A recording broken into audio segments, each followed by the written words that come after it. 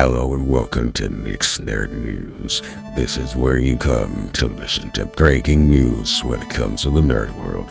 That means we have breaking video game news, movie news, and TV news. If you want to hear about the latest games, the latest movies, and everything else, stick around. Because here's your host, Nick, from a tiny studio in San Diego.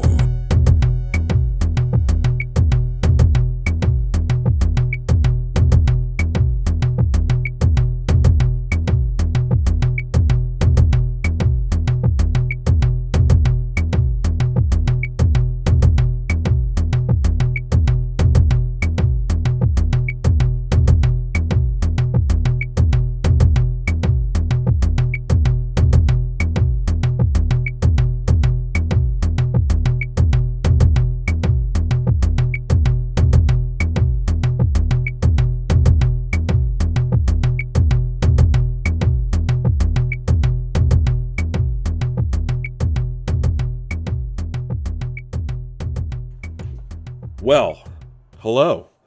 How are you guys doing? It is the 15th of May, 2024. This is episode 314. Are we on 14 or 15? 314. That's forgot what number we were at. That's a lot. 6th anniversary, I think, is this week. Next week, this month. We've been doing it for 6 years. 6 years? 6 years, people. What are you doing listening to me for this long? No, I'm kidding. I kid. A lot of stuff happened in the last week since last week's episode. And a lot. Mainly because Hollywood upfronts have been over the past week. But, yeah, it's a long road. When was, anyway, literally the day after last week, we had a major news with a new Lord of the Rings movie. That's one of our top stories today. One of our top stories, of course, was the Assassin's Creed Shadows announcement from this morning, which, wild. I know the trailer's been teased for a few days, but crazy. And then our other top story is Happy Gilmore 2 is official. It is officially happening now. So that's what's going on. And yes, it is our 6th anniversary this week, on the 9th. So, the day after last week's episode is when the 6th anniversary of Nick's Nerd News happened. Yes, 6 years in, people. I hope you've been enjoying it. Anyway, let's not waste any time, right? Let's get right into some things. Like, why don't you check out nicksnerdnews.com?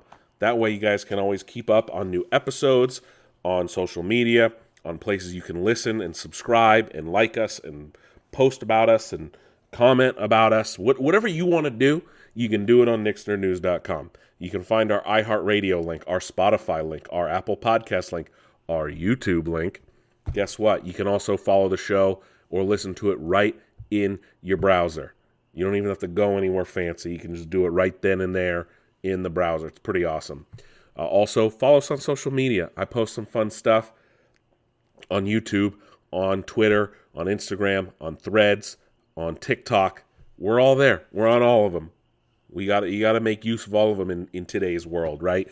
So that's going on.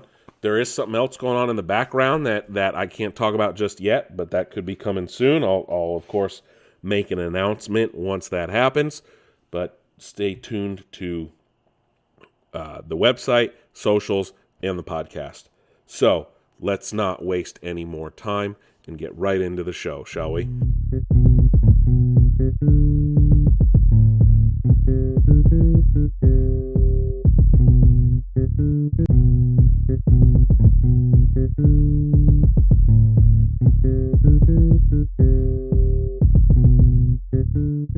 All right, so yes, not a lot of gaming this week, surprisingly. But like I said, it's Hollywood upfronts, so a lot of stuff going on in Hollywood. Anyway, let's get to the gaming news, because there is a big one, as I stated before. So, if you use the Twitch integration on your Nintendo Switch, That will be going away soon. I don't know how many people are posting to Twitter from their Switch anymore, but it's going away. So just be on the lookout for that. Suicide Squad Kill the Justice League, Warner Brothers has announced, put them in a $200 million hole. It was a $200 million loss of revenue for Warner Brothers because of Suicide Squad to Kill the Justice League and because it was a bad game and everyone fucking hated it. A $200 million hit to revenue is wild. This was reported during their quarter one financial results. Warner Brothers Discovery said that its games revenue declined significantly because obviously Hogwarts Legacy came out last year and was the best-selling game of the year. People loved it, had fun, despite all the controversy with J.K. Rowling. And then this year, they put out Suicide Squad Kill the Justice League, and it just fucking sucked. Big time. No way around it. So, it's hilarious to me. No surprise there. A game that I think everyone wanted to be good, and it wasn't. After announcing their final bit of DLC, which finally included the Megalodon in Jurassic World Evolution 2, Frontier has announced that Jurassic World Evolution 3 will release sometime before May 2026. Obviously, they're going to build off the fanfare surrounding whatever the next Jurassic World movie is supposed to be that is supposed to come out next year. So they're going to use all of the hullabaloo around that, the fanfare around that, to kind of build off of it and obviously release a new game. But I'm very excited. I love Jurassic World Evolution. Those are some of my favorite games I've ever played. Limited Run Games has announced they do still plan to release a physical edition of Hi-Fi Rush, despite the recent closure of Tango Gameworks by Xbox and Microsoft. Limited Run is still making it. Don't fret if you pre-ordered it or anything like that. And in the wake of the closure, players are reverse review bombing Hi-Fi Rush on Steam. So what is there like a word? There's no word to like counter bombing, right? It's just reverse review bombing. They're going in and giving it high marks, high reviews. They're not downvoting it. They're not down reviewing it. They're not giving it bad reviews. They're giving it all new, high, positive reviews in an effort for more people to buy it and play it and get recommended to it. So there's that. Xbox, well, Microsoft really, has announced that they plan to launch their mobile game store on your phone in an app in July. They are going to be launching their own mobile game store, and this is being reported by Bloomberg. Xbox President Sarah Bond at the Bloomberg Technology Summit, of course, that's where Bloomberg learned it, that their mobile gaming store is set to debut in July, and it will launch with Candy Crush Saga because they own King through Activision Blizzard, and then have a web store to other publishers.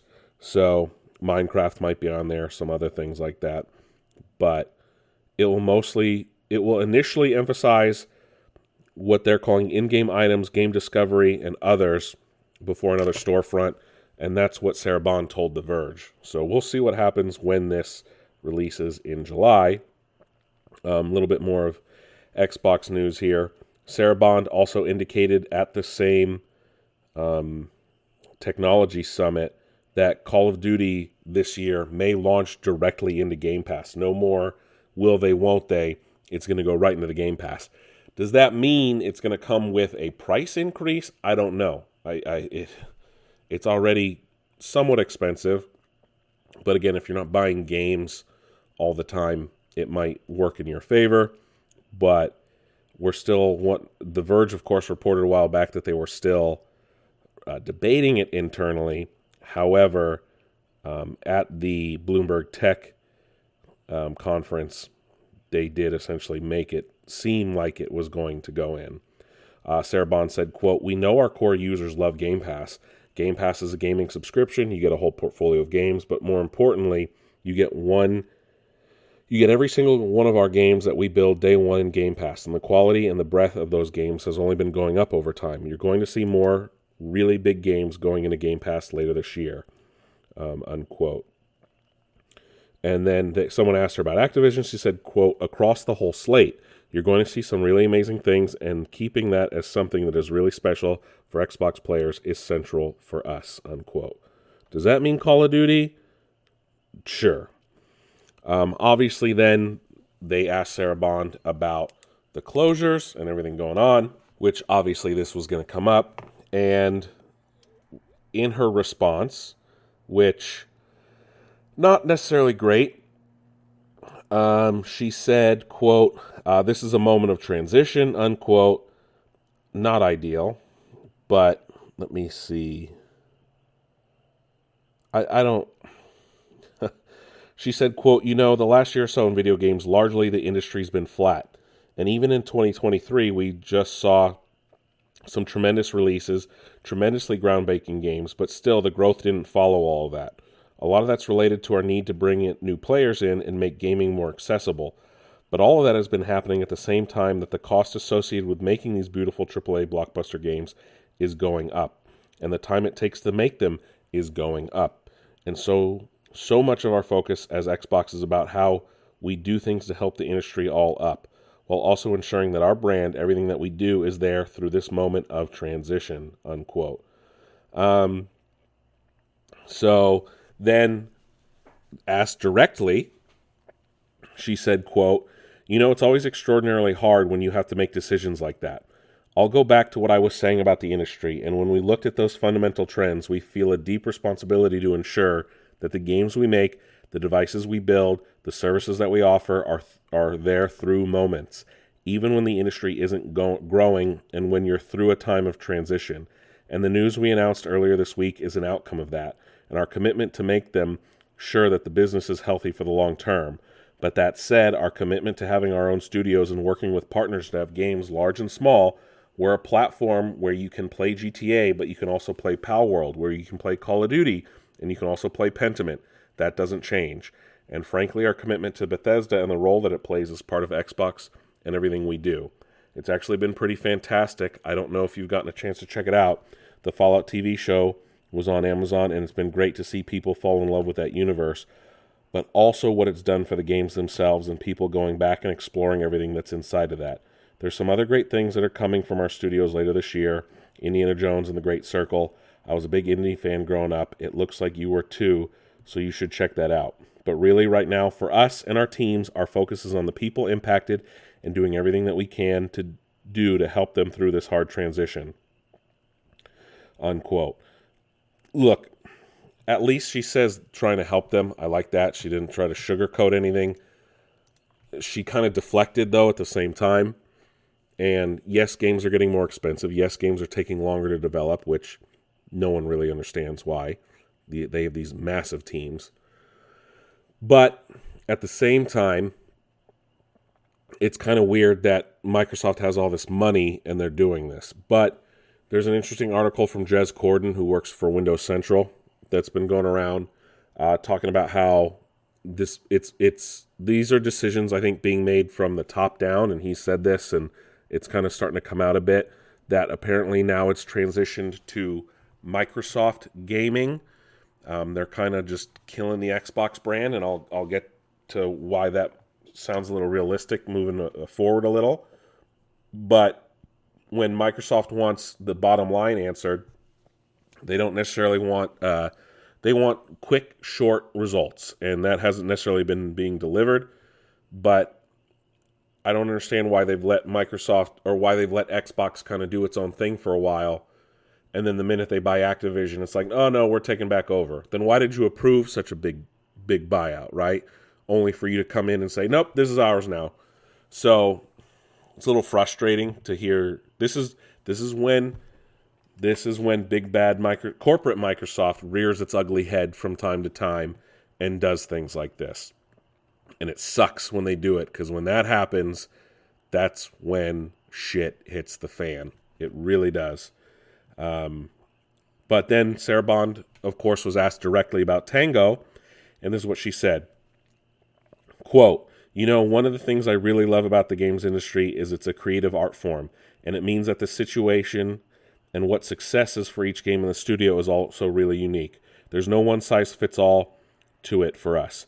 And so we look at each studio, each game team, and we look at a whole variety of factors when we're faced with making decisions and trade-offs like that.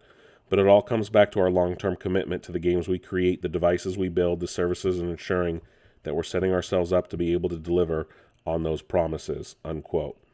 So, yes, it definitely doesn't answer the question at hand. But this falls into the camp of, with Shinji Mikami leaving Tango, were they kind of at a loss of what to do next, other than like a Hi-Fi Rush 2, and maybe Microsoft wanted something like Evil Within 3 or something from them, and without the man that kind of led the studio and the ideas being gone, and no one there to kind of fill that void, that maybe that's why they closed Tango. Or she just dodged the question entirely and was like, well, everything you're just saying doesn't make any sense as to why you closed Tango. I can see both sides. Definitely there. Not great answers overall anyway. So it's really hard for these people to just be straight up, especially in a publicly traded company and things like that. Not great answers. I'm not defending them. I'm not trying to, because they're still really shitty answers, and I think everybody kind of wants to know what the thinking was behind this when they say things like they're for the studio and stuff like that. So it's frustrating. It's really fucking frustrating all the time. Anyway, this month we are expected to get the full reveal of EA Sports College Football.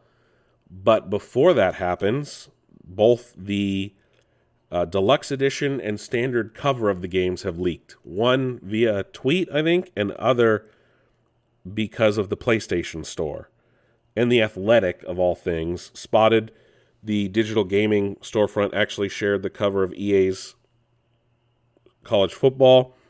The deluxe edition listing was removed, but then the regular College Football 25 was updated to include a banner of what the cover will be.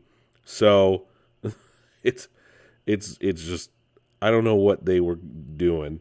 At least the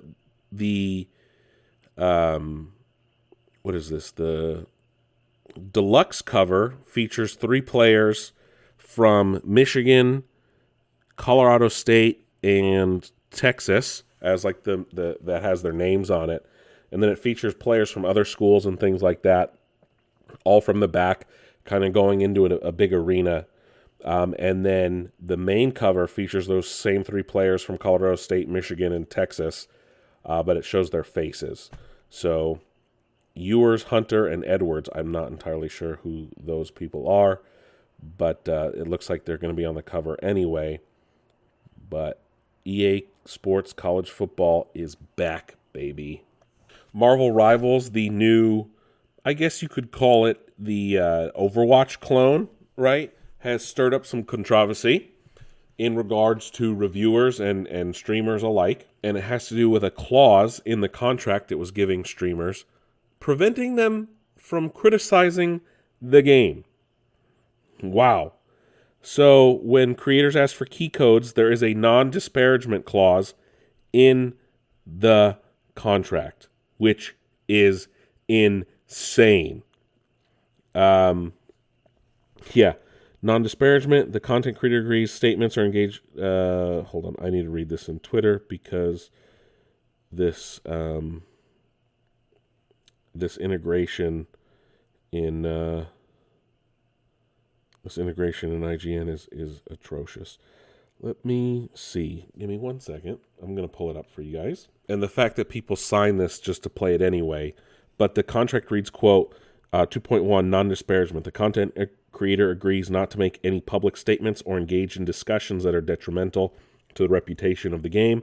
This includes, but is not limited to, A, making disparaging or satirical comments about any game-related material, such as game features, characters, or music, B, engaging in malicious comparisons with competitors or belittling the gameplay or differences of Marvel rivals or providing subjective negative reviews of the game. Unquote. Okay, so this is pretty bad. People are going after NetEase, the developer. They obviously apologized. I don't think. Wow. NetEase issued an apology saying, quote, "The content creator program is a small-scale project that aims to aid in the production of incredible content by supporting creators through giving them more resources. We actively encourage creators to share their honest thoughts, suggestions, and criticisms as they play. All feedback, positive and negative, ultimately helps us craft the best experience for ourselves and the players. We sincerely apologize for the confusion, suspicion, and frustration caused by these excessively restrictive terms, and thank you for sharing with us. We cherish and appreciate every suggestion given by our players and always respect your feedback.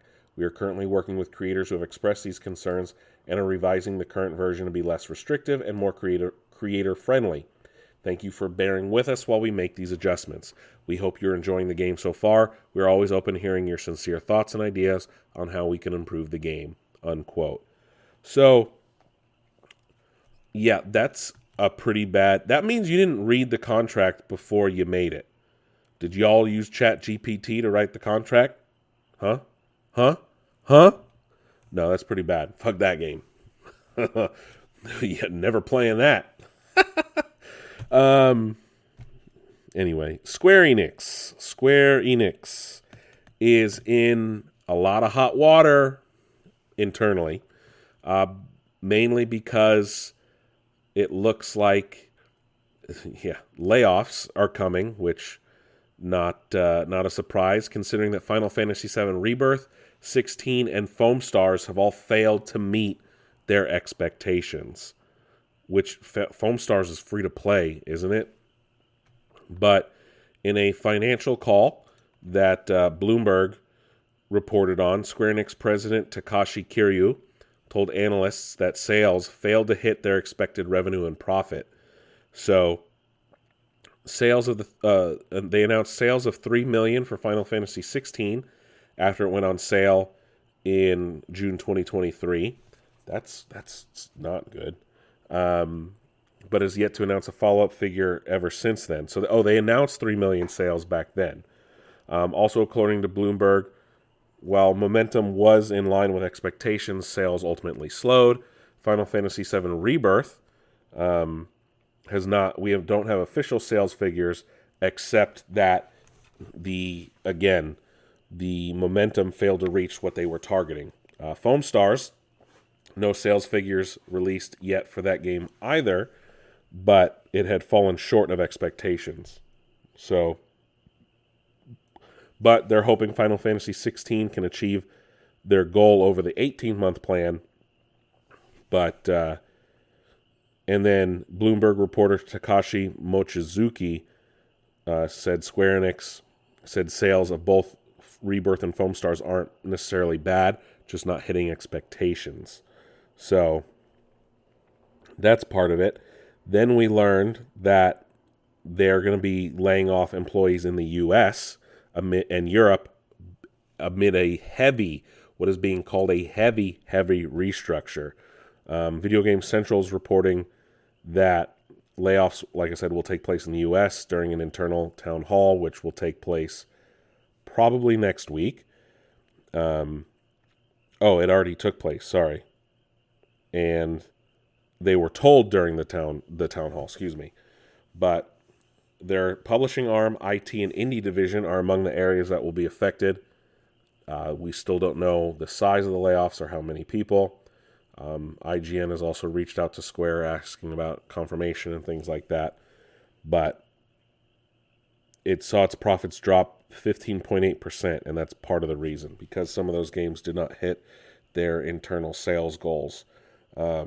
However, they've announced that they have a new goal on how to increase those sales. They are essentially going to invest heavily into multi-platform experiences. What does that mean? It means no more games on only PlayStation. So what that, like I said, they're going to start putting games on other platforms. After financial performances for the year that ended March 31st, 2024, sales in the digital entertainment segment, which includes video games, rose by 2.6%, but profit fell by 15.8%. So that's Final Fantasy 16, Final Fantasy 7 Pixel Remaster, Foam Stars, Final Fantasy 7 Rebirth. So they saw a significant operating loss of $51.9 million. But interesting. So both were PlayStation 5 exclusives for 16 and 7 Rebirth, but they've yet to give accurate sales data for Final Fantasy 7 Rebirth. But let me see. I guess what they call Square Enix Reboots and Awakens is what they're calling it, quote, is a new 3-year plan for rebooting for long-term growth. That means that they're going to, quote, shift to a multi-platform strategy, unquote. They also said they will, quote, aggressively pursue a multi-platform strategy that includes Nintendo platforms, PlayStation, Xbox, and PCs, unquote. So Nintendo platforms means whatever is after Switch. But no, that's good to hear that they're finally going to be putting more games on Xbox and things like that. I think people are tired of them not being on other consoles. GameStop has announced that they will potentially start buying and selling graded Pokemon TCG cards and other TCG cards. They will be buying graded cards to be sold on their website, eventually being brought into all locations. You'll be able to trade them in for cash, store credit, and those will be for Pokemon, Yu-Gi-Oh!, Magic, and potential other games as well. And of course, this means graded. So you can't just bring in whatever card you want. You have to bring in a graded card in those plastic cases. But I don't know how nobody knows how they're going to value them. They should be valued. They should use some kind of thing. But they have to be graded by Professional Sports Authenticator, PSA. So, but they will not take cards that are over $500. And what's the point? I don't know. Also, GameStop stonks are back in the news. So, influencer Roaring Kitty tweeted for the first time since 2021 and made people think he was tweeting about GameStop. So their stocks rose up 68% from previous close and 76% up year to date, which, again, nobody knows if it was even about GameStop. It just happened. So if you're looking to play those games again, you can. Also, Meta Quest is getting a new feature called Travel Mode. This will be on the Meta Quest 2 and 3, and they're becoming more travel-friendly, as Meta puts it. In a new blog post, first off, it's got Mark wearing a Meta Quest while he's on a fucking plane. Mark, dude, honestly, it makes him more human at this point. Yeah, it's in the experimental features section of the settings menu on their headsets. But travel mode is optimized for use on planes, quote unquote.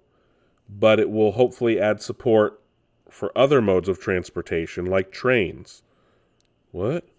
So any app or video game that would require an internet connection, like Xbox Cloud Gaming or Rec Room, you'll need to connect to the plane's Wi-Fi. But if you use your headset before enabling travel mode, it may automatically detect that you're on a plane. But they recommend that you turn travel mode on before use. You have to turn off positional tracking, but what? MetaQuest? So there are native apps for streaming videos like Netflix, Peacock, and YouTube, so you could do that. Oh, that might be okay, as long as you can see what's going on around you. Apple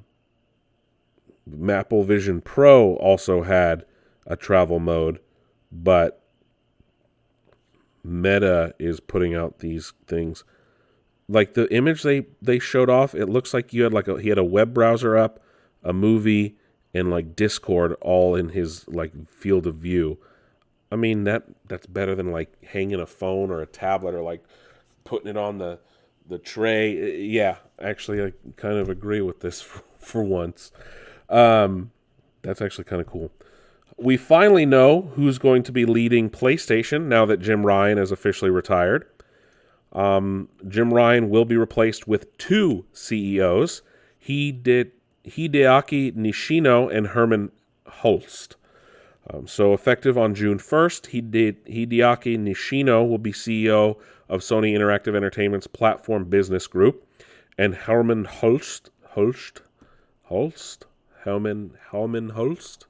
Why can't I just say Herman Hulst? Will be CEO of Sony Interactive Entertainment's Studio Business Group. So this was announced by Hiroki Totoki, the head of Sony, and he had been serving as interim CEO. He'll stay as the chairman of Sony Interactive Entertainment, in addition to his role as president, COO, and CFO of Sony Group Corporation. Holst and Nishino will report directly to Totoki.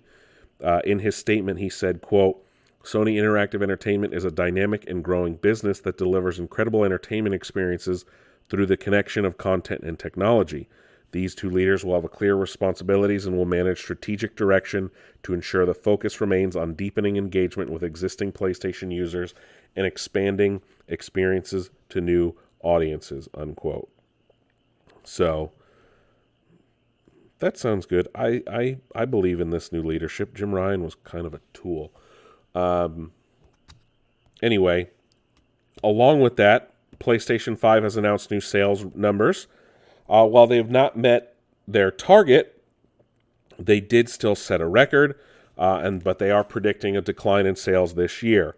So, in the financial year ending March 31st, 2024, PlayStation 5 sales hit a peak of 20.8 million units. That was more sold in any fiscal year since they went on sale in November of 2020. However, their sales target was for 21 million units, so they were down, revised down from the initial sales target of 25 million. So they barely missed that realistically. PS5 has also sold 4.5 million units in the fourth quarter of the financial year, which was down from 6.3 million in the previous quarter. Sony said they expect PS5 sales to decline in this fourth year down to 18 million units. So that's some good numbers for them.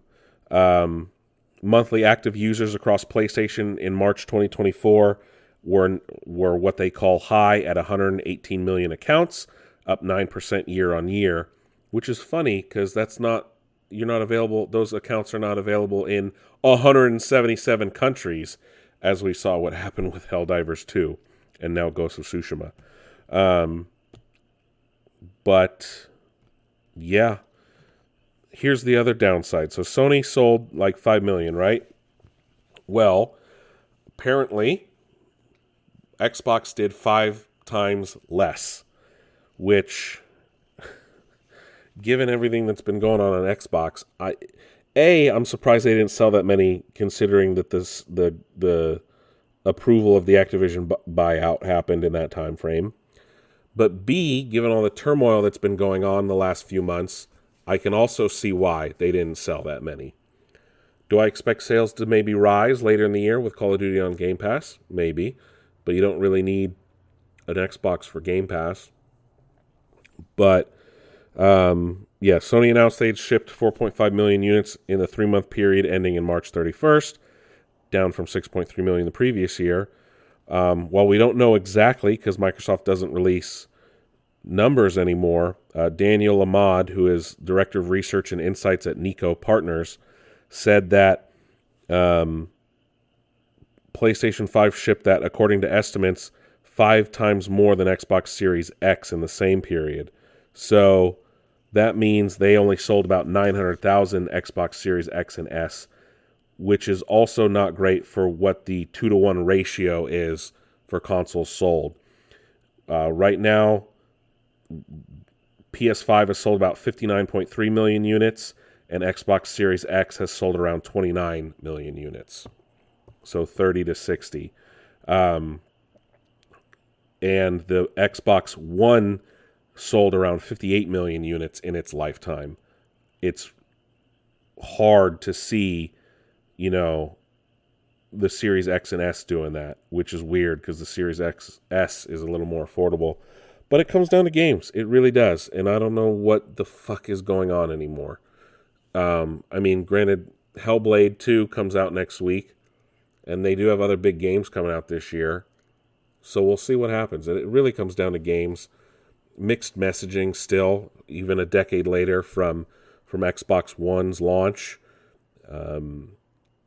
Other factors now. Some of their games are going to PS5, Game Pass.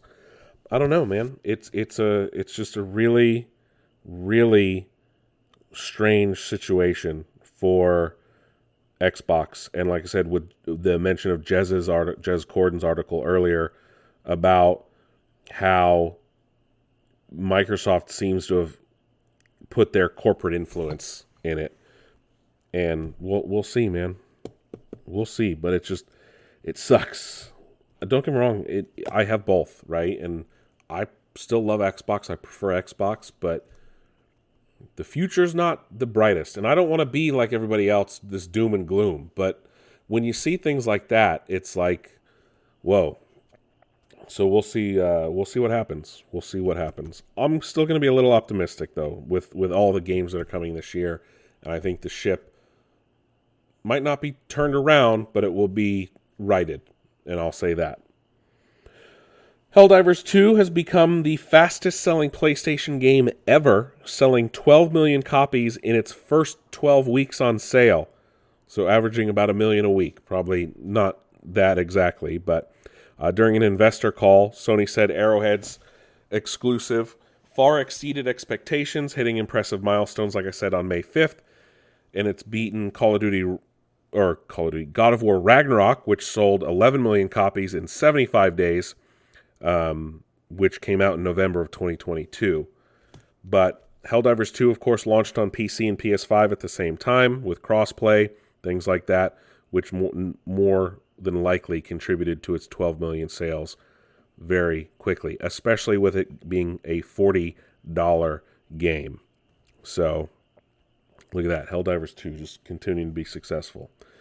Ubisoft has announced that their Call of Duty-like game X Defiant, when it finally launches later this month, will not use skill-based matchmaking, claiming it's not fun. Now, a lot of top-tier people don't like skill-based matchmaking. A lot of lower-tier players like it because it puts them in matches with players of similar skill. Whereas putting them in non-skills-based, they're going to get wrecked. Which, again, little bit infuriating if you're getting new into a game that might have been out for a while, and you can't compete with streamers that play for 12 hours a day.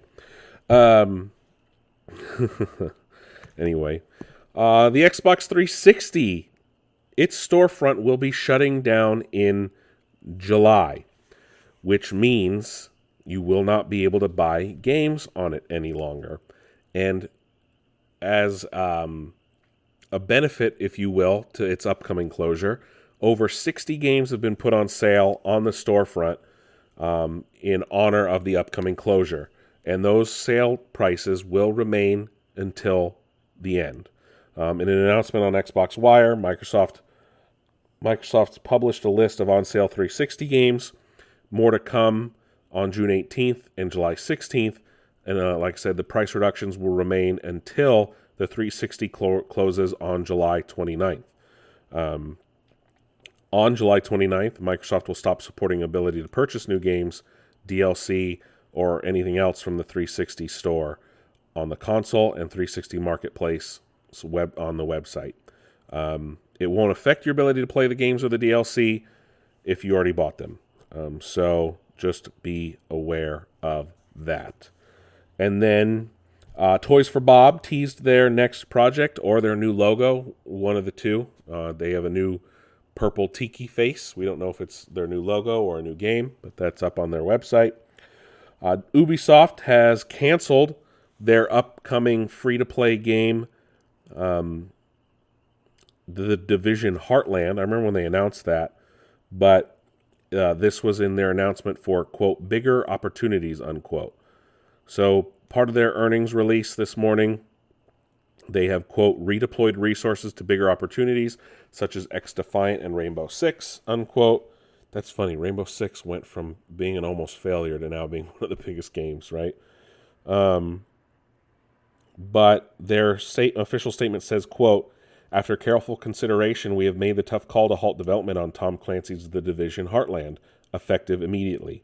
Our priority now is to support the talented team members at our Red Storm Entertainment studio, who will be transitioning to new projects within our company, including X-Defiant and Rainbow Six.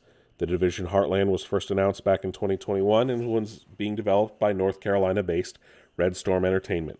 It was quietly delayed not long after its reveal, with its planned release moving to last fiscal year, but it never materialized. Heartland did go through multiple testing phases and was in a publicly playable state. Recently, it received a rating in Taiwan, leading fans to believe its release was imminent, but that seems to have been a false alarm, unquote. Wait, is that... Some of that was article and some of that was not. Okay. I don't know how you can... You got to put quotes here, people.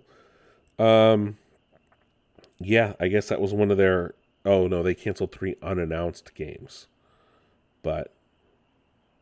Interesting. People weren't really keen on that. They just want an actual, the Division 3. But... Our final bit of gaming news, of course, is our biggest gaming news, and that is the announcement of Assassin's Creed Shadows. A new trailer was released today showing we are finally getting a Japan-based Assassin's Creed game, and it will feature dual protagonists and more. It will take place in 1579 in Japan, where you can play as a stealthy shinobi named Naoi, I think that's how you say that, or action-oriented Yasuke, who is a real person. He is what looks like not a samurai. If you guys have watched Shogun at all, while Shogun is technically based on real events, it is a fictionalized depiction of those real events.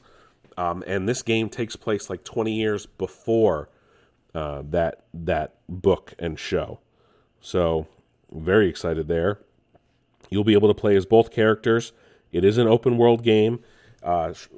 Assassin's Creed Shadows launches on November 15th on PlayStation 5, Xbox Series X, S, PC, and Amazon Luna. It will have a seasonal cycle. It will have days and nights. Spring, summer, fall, and winter will all be featured. New gameplay elements will be featured as well when the season changes. Nighttime and daytime all play into it. The map is being purported to be about the same size as Assassin's Creed Origins from 2017. Ubisoft says that it should be like that, saying, quote, it's in line with the latest Assassin's Creeds that we've done. On a scale level, maybe we can compare it a little bit more to the size of Assassin's Creed Origins, unquote. That is creative director Jonathan Dumont. But so it's smaller than Odyssey and Valhalla, but bigger than the classic games like Brotherhood, Unity, and even Mirage. But Dumont also said, quote, we didn't want to have a much closer to real life scale ratio, so because castles took a lot of space and we really wanted the mountains to feel like mountains, we've made the environments feel wider in the game, but I would say around the same size as Origins, unquote. We also learned some other details.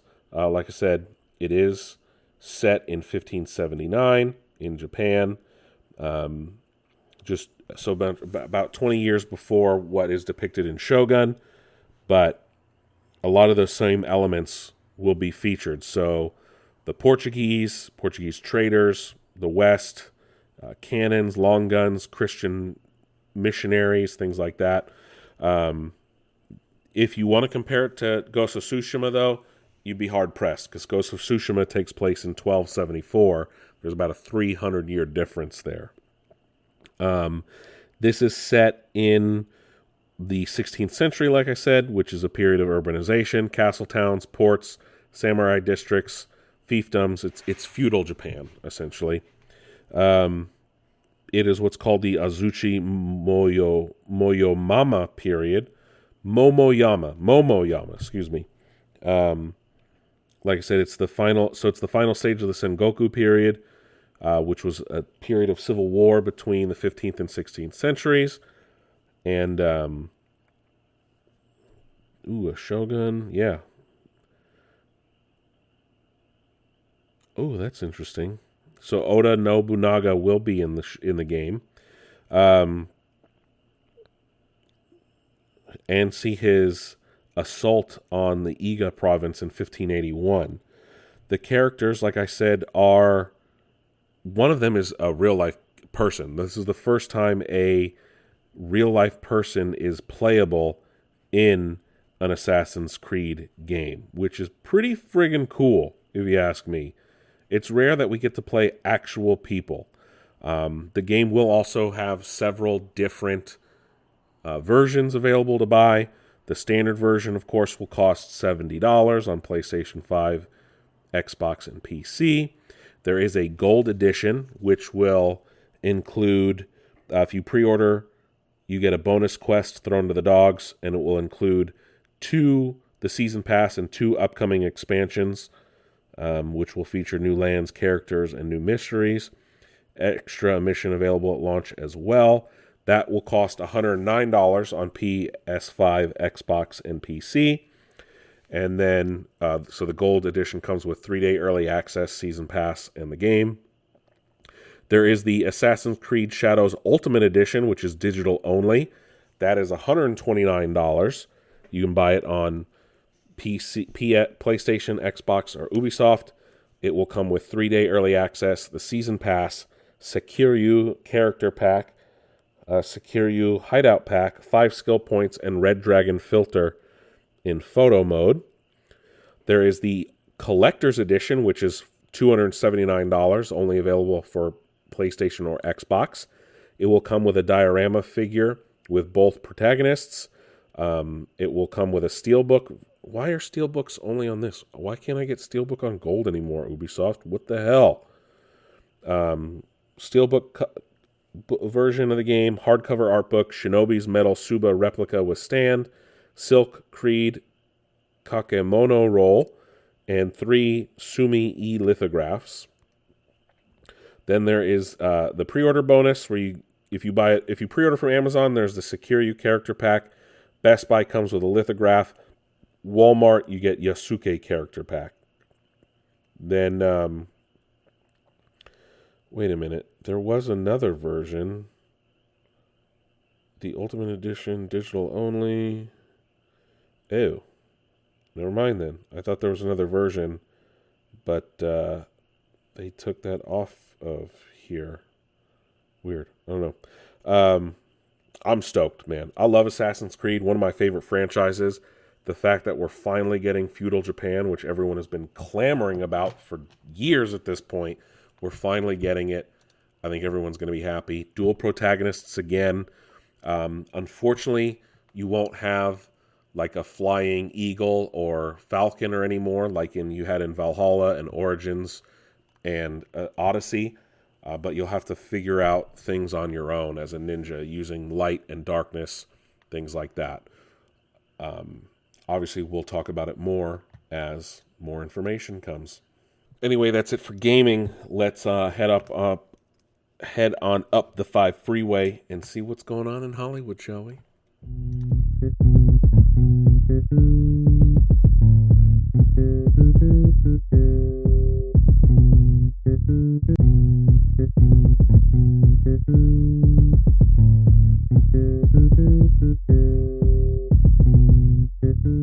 All right, so A lot going on in Hollywood. The upfronts are going on, which is when every network kind of talks about new shows they got coming or shows they might be canceling.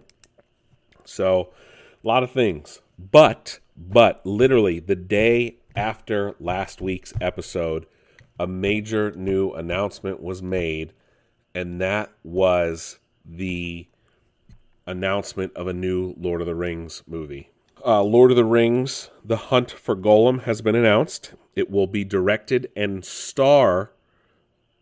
it will be directed by Andy Serkis, who will also star in the film, of course, as Gollum once again.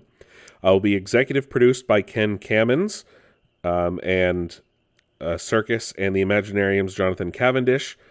Peter Jackson will also produce, along with his wife and other people that were involved in the original Lord of the Rings trilogy movies. They released a statement saying, quote, "It is an honor and privilege to travel back to Middle-earth with our good friend and collaborator Andy Serkis, who has unfinished business with that stinker Gollum. As a lifelong fans of Professor Tolkien's vast mythology, we are proud to be working with Mike DeLuca, Pam Abdi, and the entire team at Warner Brothers on another epic adventure," unquote. That was Fran Walsh and Philippa Boyens, who all work together. This movie is set to come out in 2026.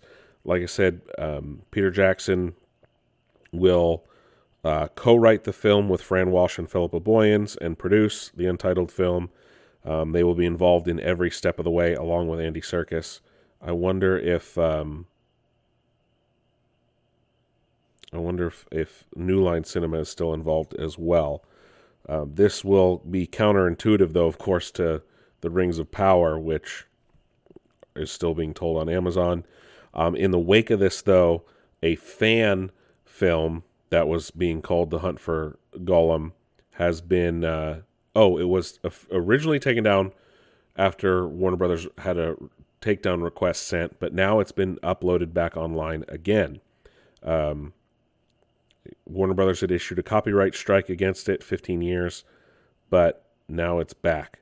It was initially removed because it, quote, contained content from Warner Brothers Entertainment, who had blocked it on a copyright grounds, unquote, but it was gone for less than 24 hours. Warner Brothers has not issued any statement, but we'll see what happens now. 15 years old. That's funny. I wonder if Vigo will be back, though, because if this movie's going to be about the hunt for Gollum, that means Aragorn is involved, as should Gandalf. We'll see, though. We'll see. Amazon gave us our first look at Batman Caped Crusader, the new Bruce Timm animated series, which is expected to premiere in August. We got a look at Batman, Selena Kyle, Wonder Woman, Harley Quinn, the Joker. No word yet on who will be voicing the characters. It almost looks, the animation style is very like classic yet modern. I'm very excited for this. I still don't understand why Warner Brothers and Max passed on it. We got our first trailer for The Bear Season 3. It is a short teaser. Hulu has announced it will premiere June 27th. Wow, June is stacked TV-wise. The Boys, The Bear, House of the Dragon, just everything going on. Peacock has announced that Ted has been renewed for a second season. Looks like everyone loved Seth MacFarlane's new show, Ted, based on, of course, his movies, Ted. Ralph Ineson has been cast as Galactus in the upcoming Fantastic Four movie, which is due out sometime next year. And along with that, we've learned that John Malkovich, Paul Walter Hauser, and Natasha Lyonne have all joined the film as well in undisclosed roles. Undisclosed roles. So we don't know who they're playing, but they're all joining it. So John Malkovich has officially joined the MCU. Hulu is looking like nearing a deal to renew Shogun for a second season, despite the fact that the first season told the story of the book that it's based on, and there's no follow-up other than real-life history. And it looks like Hiroyuki Sanada may be returning as well, which I'm on board with. Shogun's a great show. If they can figure out, they technically just have to adapt history to fit those characters. It's not going to be one for one, obviously, but they can just base real life history on it and kind of expand from there, just like what the book is about, essentially. We've learned that Frank Grillo is earning more ways to play the role of Rick Flag Sr. in the new DC universe, as he has joined the cast of Peacemaker Season 2 before he appears as Frank Grillo is the actor, as Rick Flag Sr. in the animated Creature Commando show, which throws a lot of questions into the air about what universe James Gunn's The Suicide Squad took place in. Because if that was in the old DCEU, because Peacemaker Season 1 is in the old DCEU, but Peacemaker Season 2 is in the new DCU, I don't know, man. I'm confusing myself. Warner Brothers has essentially greenlit a Godzilla x Kong follow-up after the success of that film. And the MonsterVerse franchise continues to grow and grow and grow. Multi-billion-dollar franchise. Dave Bautista, Jeff Bridges, Bryan Cranston have all signed on to a new monster movie about Grendel and his fight against Beowulf, so from Grendel's side, coming from Jim Henson's Creature Shop. That sounds fun. And I guess Jeff Bridges is playing Grendel. Who's playing Beowulf then? Bautista or Bryan Cranston? That'll be interesting. Sigourney Weaver is looking to add another major sci-fi franchise to her belt, as there are rumors that she is in talks to join The Mandalorian and Grogu.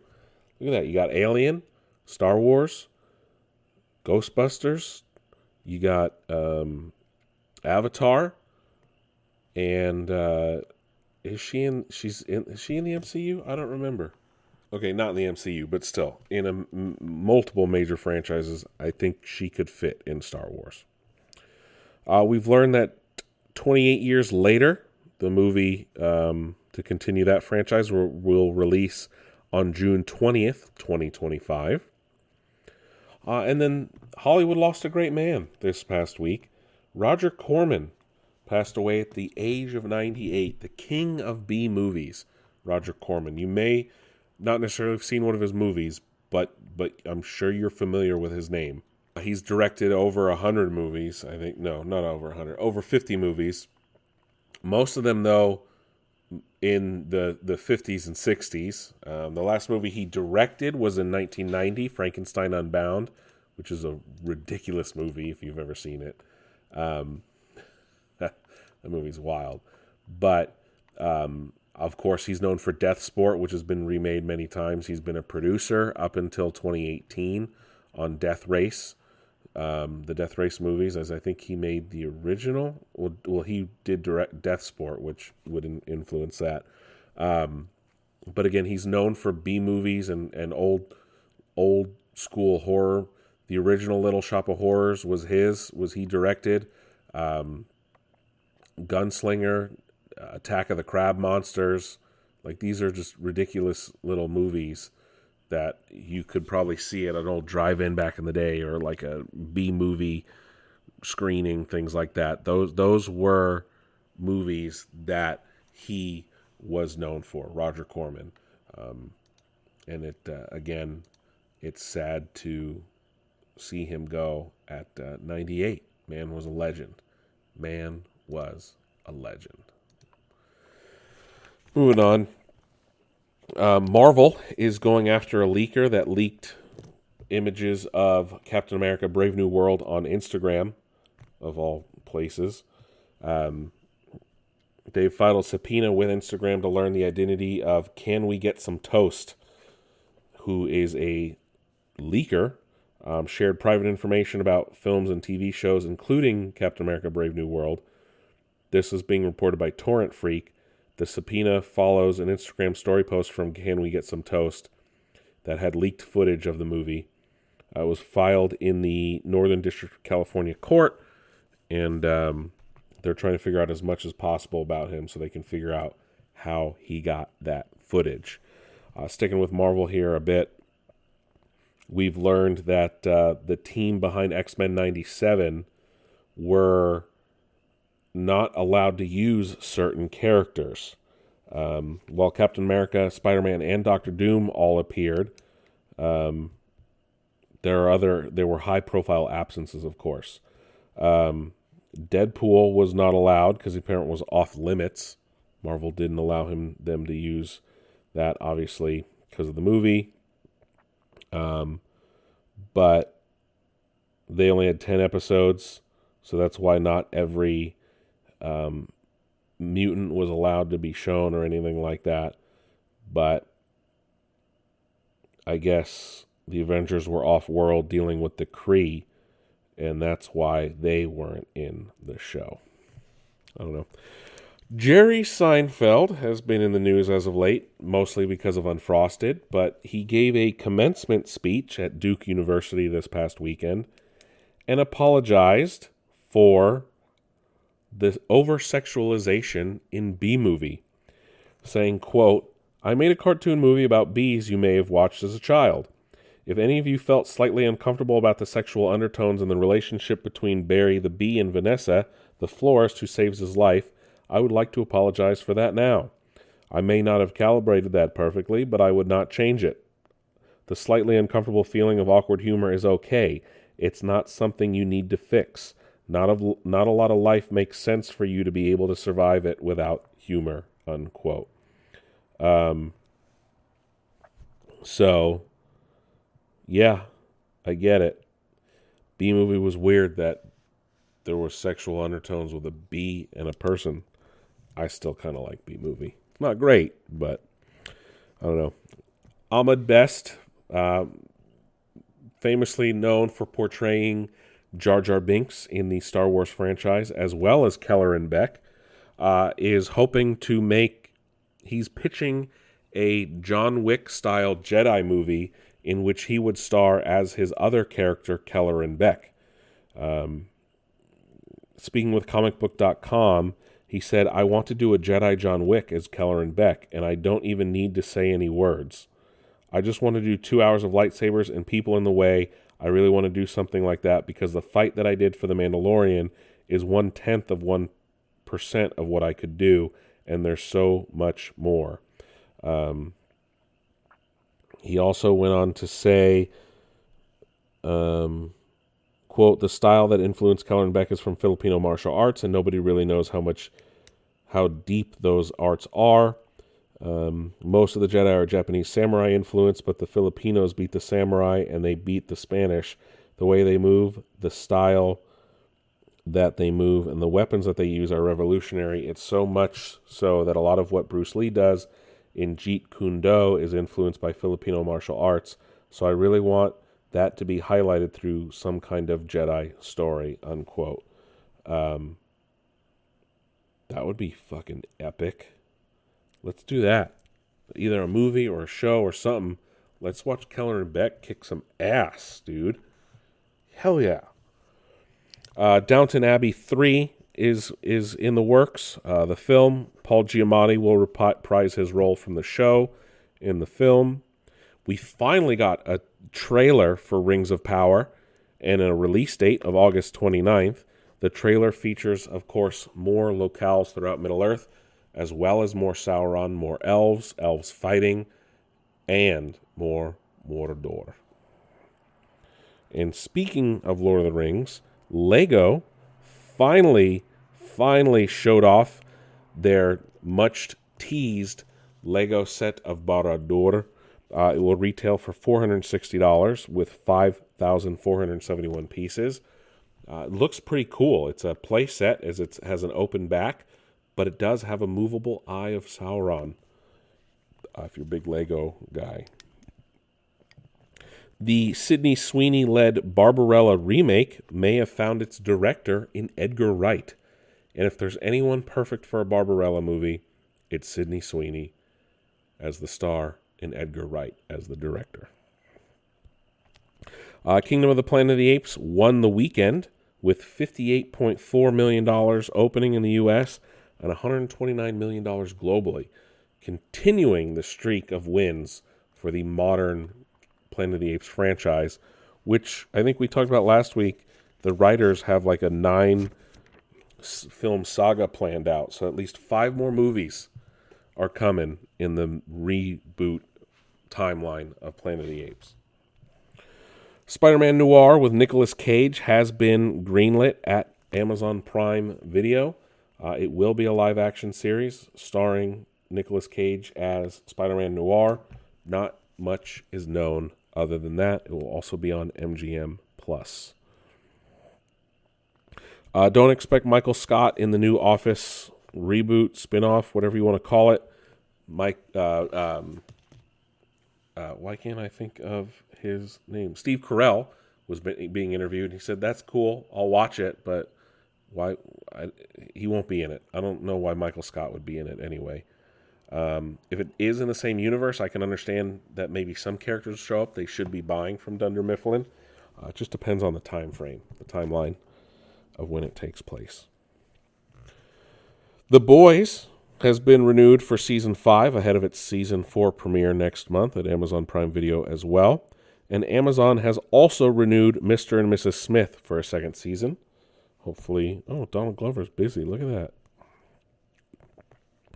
that. Roadhouse is also getting a sequel at Amazon, despite the fact that a lot of people hated that movie. I guess a lot of people watched it as well. We also got a proper trailer for Season 2 of House of the Dragon. Heavy on the dragons. I'm all here for it. And it really is playing into the war of the greens and the blacks or whatever it is. But I'm just happy to get back to Westeros. We've learned more information about the upcoming Legally Blonde prequel show that is coming to Amazon Prime Video. Well, it was a Legally Blonde show. Now we know it's a prequel, and it will focus on Elle Woods in high school. The show will be called Elle. Laura Cottrell will be the showrunner, creator, and executive producer, along with Reese Witherspoon, Lauren Neustadter, Lauren Kieselowski, and Mark Platt as executive producers. It will premiere on Prime Video. No premiere date or who's playing Elle has been announced. The official blurb is, quote, Elle follows Elle Woods in high school as we learn more about the life experience that shaped her into the iconic young woman we came to know and love in the first Legally Blonde film, unquote. Cool. Bend and snap, baby.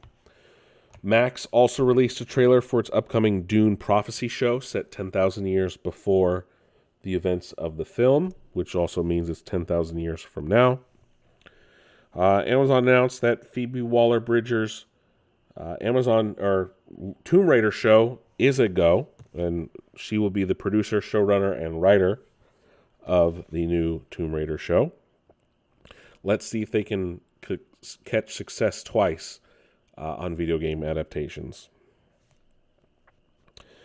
Daredevil Born Again was shown behind the closed. A trailer was shown behind closed doors at Disney's upfronts, and we are officially getting Daredevil Born Again in March of 2025 on Disney+. We also learned that Ironheart will premiere sometime in 2025. Look, all I'm going to say is I hope they give her a better suit than whatever the hell was in Black Panther 2, because that suit was fucking atrocious. And then we finally got an official title for the Agatha Harkness spinoff from WandaVision.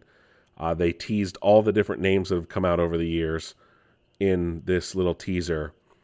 But it will be called Agatha All Along and will premiere with a 2-episode premiere on Disney Plus on September 18th. Big news, big excited there. It's essentially season 2 of WandaVision, if you ask me. Warner Brothers has announced that Supergirl, Woman of Tomorrow will be the next film in James Gunn's DCU, with a premiere set for June 26th, 2026. Ooh, nice. And they've also announced that Mortal Kombat 2, the sequel to 2021's Mortal Kombat, will release on October 24th, 2025. Netflix has made some announcements as well. Netflix has shown off its new Terminator Zero anime featuring characters not related to John Connor, which is nice. Netflix will also be the home of Christmas Day NFL games for the next 3 years. Yes, Netflix has won the right to broadcast live 3 NFL games, or not 3, every Christmas Day game, essentially, for the next 3 years, which is wild. I don't think they announced who will be announcing those games. Netflix has never had live sports programming. Let's see if they have they have named their announcers for those games yet, because obviously Amazon got Kirk Herbstreit and Al Michaels, but let's see, 3-year deal was announced. 2 games this year, at least 1 game in 25, 1 game in 26, and now that the NFL schedule has been released, those 2 games will be the Kansas City Chiefs facing off against the Pittsburgh Steelers, and then the second game will be the Baltimore Ravens against the Houston Texans. The NFL doesn't always play a lot of games on Christmas, so that's why. But I want to know.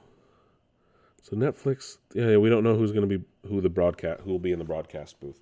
Okay, that's interesting. A new John Wick spinoff has been announced in addition to the ballerina movie that's coming. This will be focused on Donnie Yen's character of Kane from John Wick 4. Dude, that was an awesome character, if you ask me. I think he's blind. He's a badass assassin. Donnie Yen will return to play Kane in the spinoff. And then Happy Gilmore 2 was officially announced by Amazon. I thought I wrote this down. I guess I didn't. I've been blowing through. Like I said, there was a lot of news for TV and movies this week. Happy Gilmore 2 has officially been greenlit at Netflix and will star Adam Sandler. Warner Brothers has announced a new Harry Potter-themed baking show that will premiere on the Food Network and on Max, and it will be hosted by James and Oliver Phelps, who, if you're not familiar with those names, they played the Weasley twins in the films. It will be called Harry Potter Wizards of Baking. This is via Variety. Warner Brothers Discovery US Networks has announced it at their upfronts, but it says, quote, viewers will see beloved locations, including inside the Great Hall at Hogwarts School of Witchcraft and Wizardry, Platform 9 3/4, Gringotts Wizarding Bank, the Burrow, as well as props, costumes, and clips from the films. Harry Potter Wizards of Baking will delight viewers as it blends the magic of Harry Potter with the very real talent of exceptional pastry chefs, unquote. It will begin in the UK shortly at the Harry Potter Experience, I guess. That's cool. Leave it to Food Network to figure something out. Chris Pratt said that he will definitely return as Star-Lord, but would just need James Gunn's blessing. Asked by IGN at a Garfield press junket, that movie's coming out, his response was, quote, it's hard to imagine what that would look like, so I guess I just have to take it on a case-by-case basis. Of course I'd be open to it. I love the character. It changed my life. If it came along and it made sense and I felt like it was a story worth telling, then I'd certainly be open to it. I love playing Star-Lord. But it'd be tough to do without James, and you have to find an apparatus by which to maintain the tone that he so expertly creates, and it's kind of hard because he's truly one of a kind, and it would have to be with his blessing, so we'll see, unquote. So, we'll see. We will see. I'm fine if he comes back as Star-Lord. They kind of hinted at that at the end of Volume 3, so who knows? And final bit of TV and movie news here is the Three Body Problem has been renewed for at least a second season at Netflix. That's kind of it, though. Happy Gilmore's back, and I'm stoked. I'm glad that turned out to be true. I'm excited for a new Lord of the Rings movie. The War of the Rohirrim is still coming out this year. That's an animated Lord of the Rings movie. New Assassin's Creed is always fun. That's my second favorite franchise after Halo. But yeah, and I'm happy to see Square Enix games going multi-platform. So a lot going on in entertainment world, gaming, TV, movies, all around. Sorry, I don't have a review of Kingdom of the Planet of the Apes. Just a lot of things have been going on. I don't know if I'm going to get to it in enough time. So I don't even know what movie comes out this week. Anything comes out this week. Maybe I'll have a movie review for you next week, because I'm pretty sure that doesn't Furiosa come out this weekend? I think it does. So we'll talk about that if comes out as well, but I don't want to see that. That's getting bad reviews anyway. Yeah, the Fall Guy I missed too. Sorry about that, guys. I do wish I could get to these movies sooner, but not happening. Oh man, Pool Man I thought was good. That's not good reviews at all. Yeah, what's upcoming? What is coming soon movie-wise, huh? Oh, Furiosa's on the 24th. Okay, so we have a week before Furiosa happens. So we'll definitely have a review for that in 2 weeks when it comes out. What other movies are coming up? Let's talk about that, huh? The Crow. That movie. Are people going to see that movie? Are they going to enjoy that movie?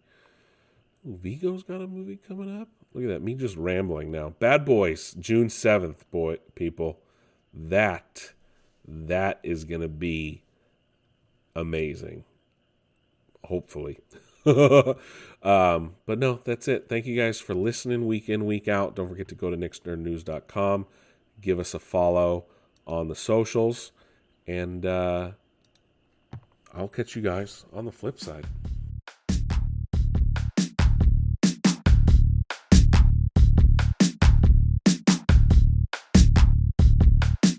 This has been a production of Nix Nerd News. Please do not use without implicit faxed permission. And yes, that means with a fax machine. Thank you, and have a nice